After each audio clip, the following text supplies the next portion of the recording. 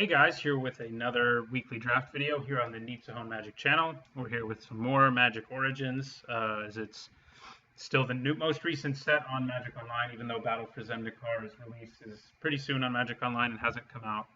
The pre-release has not happened yet, but keep an eye out for the next few weeks. If you haven't already, you should enter the drawing that I'm going to be doing, where I'll be giving away all the cards I draft and win in my first Battle for Zendikar draft, just like I did for Magic Origins when it came out. So keep an eye out for that. I'll go ahead and pause this and resume when the draft fires.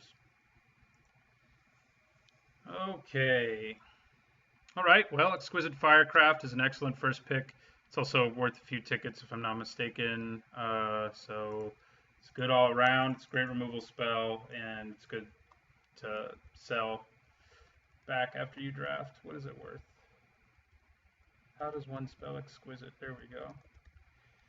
That's only worth a couple tickets, but it is the best card in this pack anyway. Consul's Lieutenant is very good, but I'd take the premium removal spell always. So we're gonna try to be red if we can help it. Harbinger of the Tides is really good too, though. So may go blue-red early. This pack also has Boggart Brute. We could take that and stay open. Boggart Brute's fine, but Harbinger of the Tides is very good. It's just a big tempo play. Unholy Hunger is good too. I think I just take the Harbinger. It's the best card in this pack. Tower Geist is also good, of course. But maybe we go blue-red artifacts. Maybe we don't. If we're going to play both of these, we basically have to be blue and red because of the color requirements. So, okay, Disperse isn't great, but it may be what we take here. Fleshbag Marauder's good, but I think I just take Disperse. Yeah.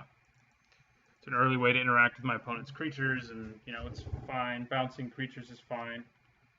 And often good in a format with lots of actually decent enchantments and combat tricks and stuff. Being able to disperse does end up being removal because it nets you the card that they were trying to use on their dude that you disperse the target of. So, okay, well, Separatist Void Mage, Reef Soul. Reef Soul is very good, but since I'm already in blue, I'm really leaning towards the Void Mage, but Reef Soul is just so good that I think I might have to take it, but I don't know. I have one really good card in blue already, and Separatist Void Mage is just also really good. I think I just take it and stay open.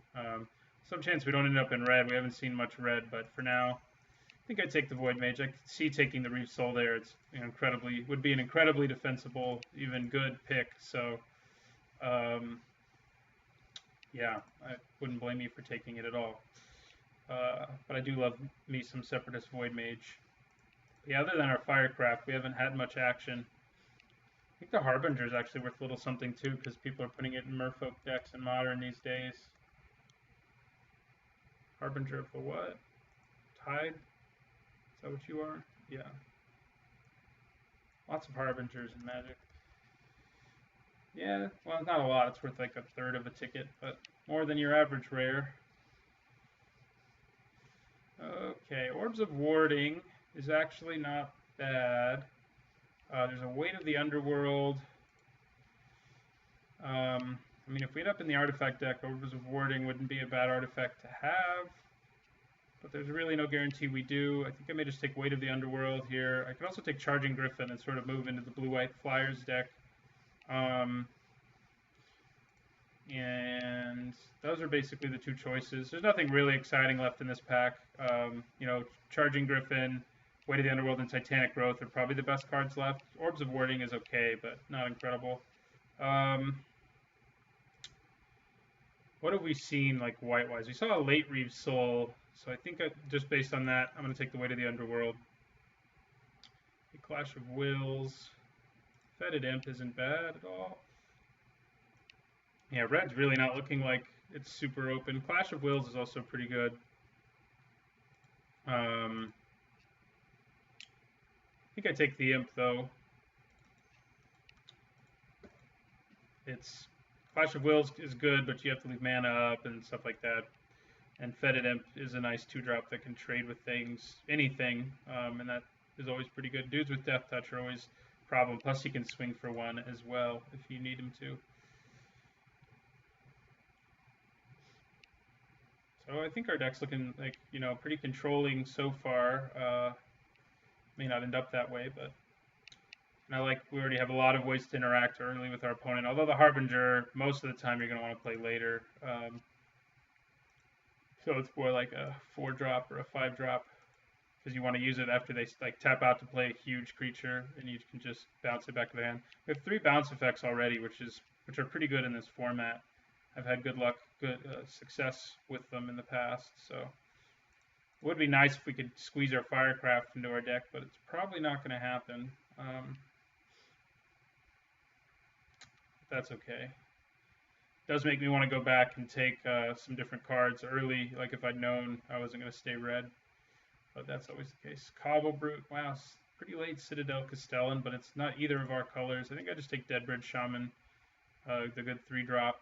Undead Servant's okay too, but I would always take Undead Servant, Deadbridge Shaman before it. Interesting. We have a negate. Cleric of the Forward Order is a fine 2-drop. So is Mage Ring Bully. And we have a little bit of an investment in red, so I think I'll take a Mage Ring Bully on the off chance we end up going that route. We're not gonna end up in white. I can almost guarantee it. So I think that's taking something that we already have in that color is not bad. Hey, Watercourser, another fine 3-drop, nothing exciting, but our deck is getting its curve out. You think of Goldforge Sentinel, and that may be what I think that is what I'll take here. Alchemist File's fine too, but the Sentinel can be good. Nice little 6-drop, you know, not an amazing one by any stretch of the imagination. And if I end up with better 6-drops than it, I would easily cut it. Like Scob Goliath and things like that are obviously way better than Goldforge Sentinel is. But running one of them isn't bad, you know. We may end up with a few cards that care about artifacts even since we're in blue, so it gets us marginally better if you have that going for you. I guess I'll take a Nivix Barrier. Never really been in a situation where siding it in seemed right. Those are all 3 very bad cards, so it doesn't really matter which we take. Jayemdae Tome is probably the best one, sadly, of the ones. So Possessed Scobs would be nice. That's really what makes this blue-black deck good, is when you can have you know, multiple Possessed Scobs and get back all your good removal and stuff like that. Yeah, the early Reeve Soul is what I would have taken, like in retrospect, instead of, I don't remember what I took anymore, but I think it was the Void Mage. Yeah, the Void Mage is pretty good, but if I'd known I was going to end up with 3 playable black cards in that pack, I probably would have taken Reeve Soul first.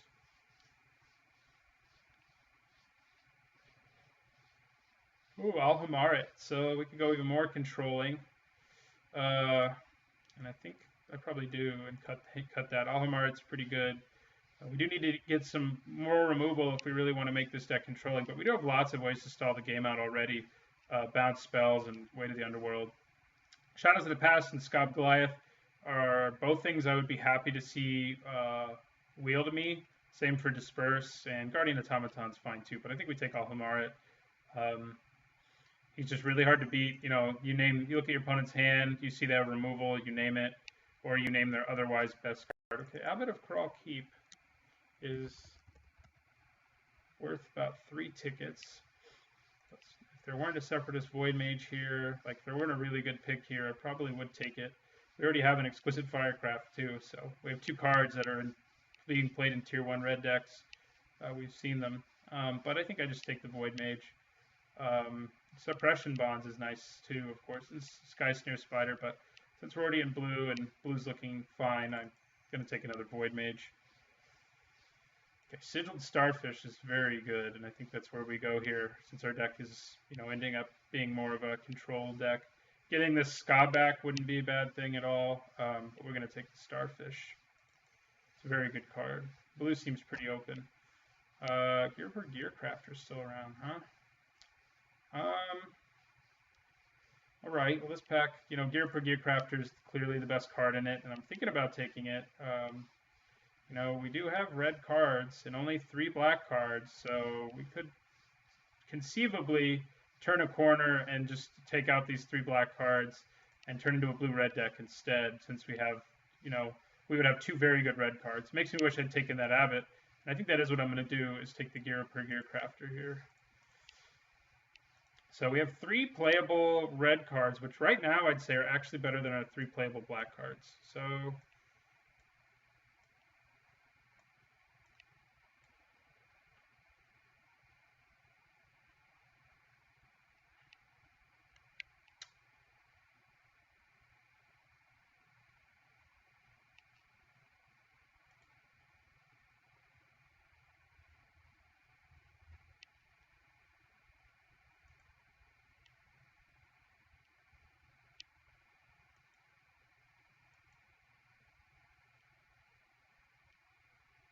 my computer, I don't know if you guys can see this, but my computer is spazzing out a little bit. May not even be recording right now. There we go. Okay, so we don't have that much time because of my computer's shenanigans. Decent red card, but nothing amazing. I think I just take the Servant at this point. And now we have an Eyeblight Assassin and a Throwing Knife, though. Which do I like more in my deck? Like, Throwing Knife's definitely going to make our deck. The black cards may end up not making our deck at all, so I think I take the Throwing Knife. Okay, another pretty good red card, but it's not an amazing one, and I'm happy with Watercourser. Alright, this Scob made it back to us. So did this Automaton and a Disperse. I think we have enough bounce effects that I can take. Oh, so did the Goliath, actually. Yeah, I actually think I take the Goliath. And the Stratus Walk might make our deck. So we could go one of 2 ways here. It's really going to depend on what we see in the last pack. Blue is clearly very open. Red and black less so, but they're both fairly open. And we'll be like base blue, like really heavy blue, and then whatever the other color is. Right now, the red is still better than our black is because I'll take a Fairy Mist Green. If we end up with enough, I'd play them. Basically because of Exquisite Firecraft. Like, it's hard to beat Exquisite Firecraft. We don't have any black card that's as good as that. Probably don't have any black card as good as Gira per Gear Crafter either. So yeah, like right now I would go red, but depending on what, I mean, we have playable black cards, so it wouldn't be the end of the world if we open a really, black bomb and decided to go black. Like if we open a Languish, like I would go black easily.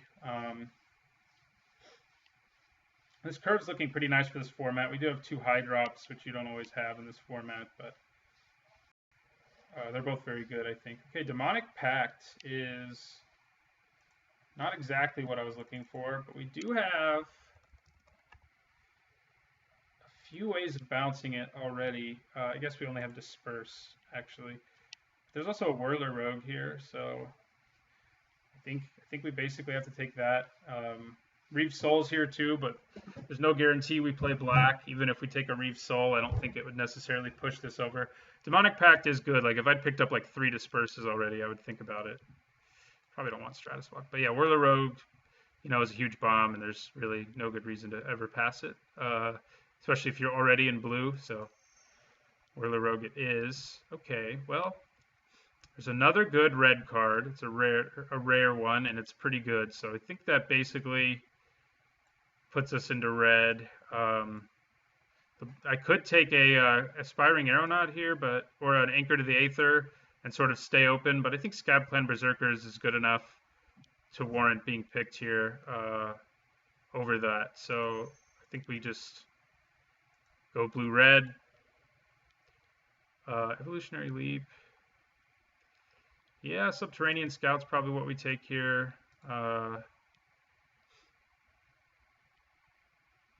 Deep Sea Terror's all right, but I like Scab Goliath more if I have a creature that's only like conditionally good. I guess you can always play the Terror, but yeah. think I just take a scout here. I could take the scout or the Mage Ring Bully. And I think I like the scout a little more. I don't know that our deck is aggressive enough. Like, if we have multiple Mage Ring Bullies, I would run Stratus Walk. But, yeah, I think we take the scout. Another Dragon Fodder is okay, but not as good as a Sigiled Starfish. Sigiled Starfish number 2 is here for us. We could take the Tutelage and try to make this even more of a controlling deck. But, I mean, it really already is. And we've got, even though we have tons of 2-drops, like, our deck's mostly going to be trying to get to the late game, I think. Can we do anything with Pyromancer's Goggles? Not really. Double Dragon Fodder, double Exquisite Firecraft. Those are good, but, you know, we need a lot more spells to make that work. So it's either a Crowan Sergeant or Boggart Brute. You know, in a vacuum, so I'm not really sure which one's better. They're both good. I think I'd rather have the Menace in this deck than I would the First Strike. There's also an Artificer's Epiphany, but yeah, we'll take the Brute. Rune Servitor is a fine 2-drop. We may still end up with something that cares about artifacts other than our Whirler Rogue, but even just with that, it's probably worth getting. I think I take the Wilds here. We have a lot of 2-drops already that are better than Maritime Guard. I mean, Maritime Guard's fine, but if you're getting Sigiled Starfishes, there's no reason to take it. I think I'll take an Automaton here. Second Fairy Miscreant isn't bad. I think I'll take it. All right, Aspiring Aeronaut and yeah, blue was way open. Anchor to the Aether and Aspiring Aeronaut both came back. I think we want the Anchor. Gives us another, you know, removal spell, bounce spell effect.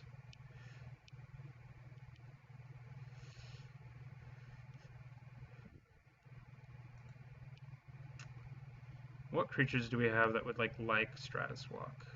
I guess we have a few who would benefit from it, but not a lot.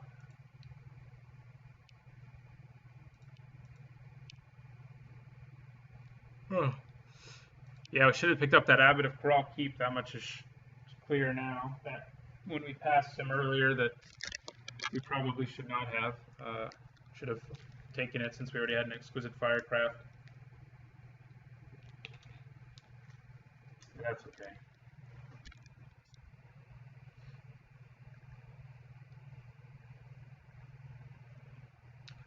Another Mage Ring Bully. Evolutionary Leap went all the way around. It's pretty crazy. I don't actually have one, so I think I'm just going to take it for commander purposes. Yes, probably the best card of those that are left. And so is that. Okay. So is this an 18-land deck? I don't actually think it is. Because of Sigiled Starfish, 2 of them, I think we can get away with 17 lands, and because our curve is actually pretty low for the most part. We do have a big 7-drop. We do have the big 7-drop, but and one 6-drop, but our curve's actually generally quite low.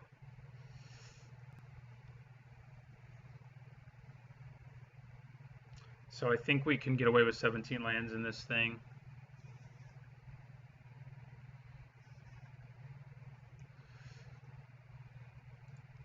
Taking a while to take us to the deck building area.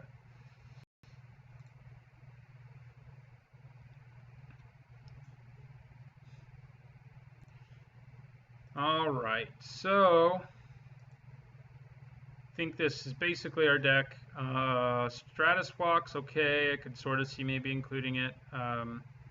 We do have a few good black cards, but nothing. Our red definitely ended up being better than our black. We don't have any like super hard removal, but we do have lots of bounce, and that's pretty nice, especially like, you know, if we're trying to get to our Scab Goliath and Alhamarit. So yeah, this is our deck. We definitely want more islands than mountains. But we do have 2 double red cards that we actually want to be able to cast, but so I think it's a little different. I think it's probably 9/7, and then you have the Evolving Wilds. So yeah, this is our deck. Thanks for watching. Don't forget to like, comment, and subscribe if you want to see more draft videos, one every week. Soon to shift to Battle for Zendikar, of course. And I will see you for round